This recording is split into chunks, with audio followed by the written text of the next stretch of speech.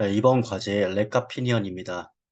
조립들을 보시면 알겠지만 처음 접하게 되면은 상당히 좀 형상을 파악하는 데 난해한 도면이 될 거예요. 그동안 봤던 동력 전환장치와 형상이 많이 다르기 때문입니다. 자, 그렇게 생각 드는 건 당연하고요. 그렇게 생각되는 두 가지 부품들을 보면요. 첫 번째는 1번 부품입니다. 1번 부품. 1번 부품 같은 경우에는 이 우측면도에 보시면 네, 이렇게 나와 있는데요. 이쪽 조금 보이는 부분하고 그 다음에 밑에 쪽에 전체적으로 보이는 부분, 네, 이쪽 부분이 되겠죠. 그 다음에 왼쪽 위에 쪽에 살짝 보이는 부분이 1번 부품이 되겠습니다. 정면도에 보시면요. 조금 더 자세하게 형상이 나와 있는 걸 볼 수 있습니다.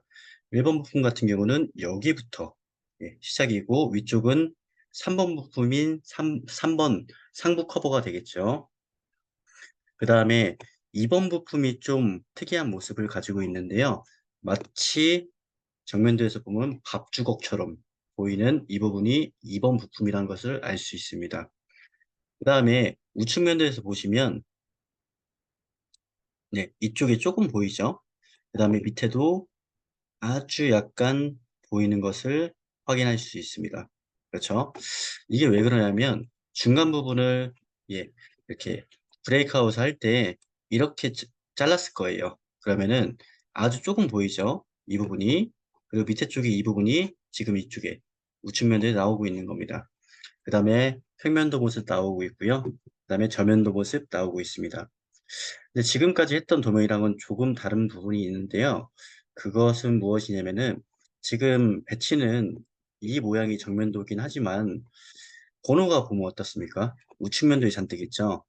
그걸로 봤을 때, 이 제품의 형상은 우측면도, 즉 이쪽의 모습이 조금 더 표현할 수 있는 부분이 많겠구나라고 생각하셔야 됩니다.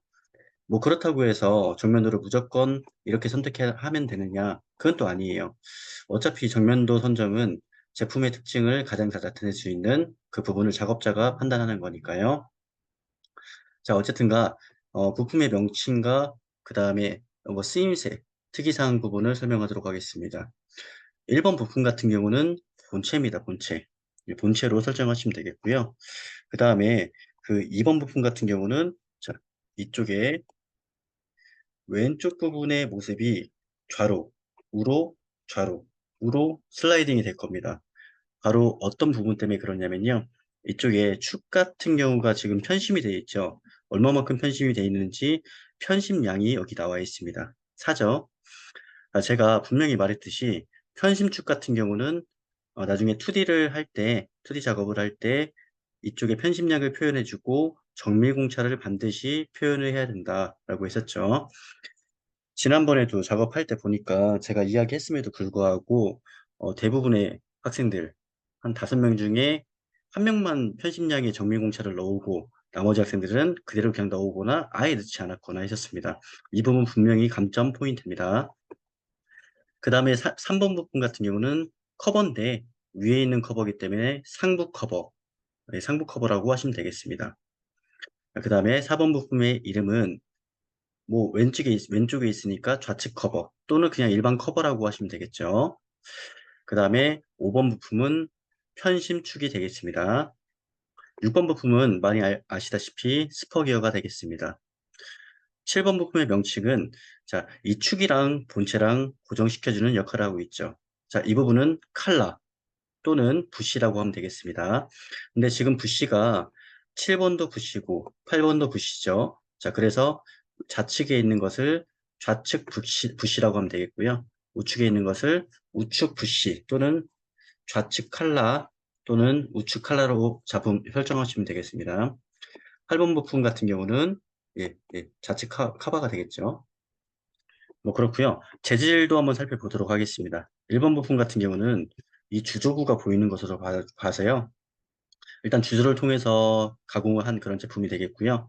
뭐 주조로 만들었으니까 주철인 GC 이런 것들을 쓰시면 되겠죠.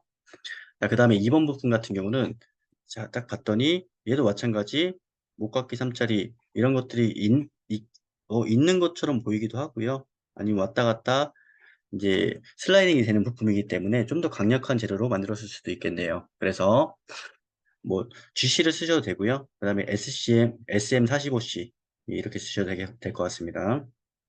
3번 부품 같은 경우는 상부 커버죠. 상부 커버 같은 경우는 주저부가 없이 그냥 전체적으로 가공된 모습을 볼 수 있습니다.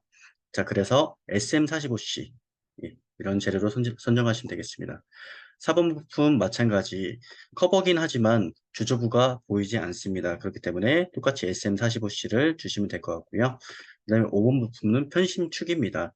축은 강도와 경도를 확보해야 되기 때문에 SCM 계열 크롬 몰리브덴 강을 사용하시면 되겠습니다. 6번 부품 같은 경우는 스퍼기어죠. 스퍼기어. 주조로 만들었지만 기어의 이쪽에 강도와 경도를 확보하기 위해서 주조가 가능하며 조금 더 단단한 제품, 주강품을 쓰면 되겠죠. 그래서 스퍼기어는 SC480이나 SC430 같이 주강품을 쓰시면 되겠습니다. 그럼 7번, 그리고 8번 같은 경우는 부시죠. 예, 부시 같은 경우는 SM45C로 재질을 선정하시면 되겠습니다. 자, 오늘 뭐 작업할 부품 같은 경우는요. 지금 보시면 3D 작업 같은 경우는 1번 본체, 3번 상부 커버, 그 다음에 4번 좌측 커버죠. 그 다음에 6번 스퍼 기어가 되겠고요. 2D 작업 같은 경우는 하나를 깎아줬어요.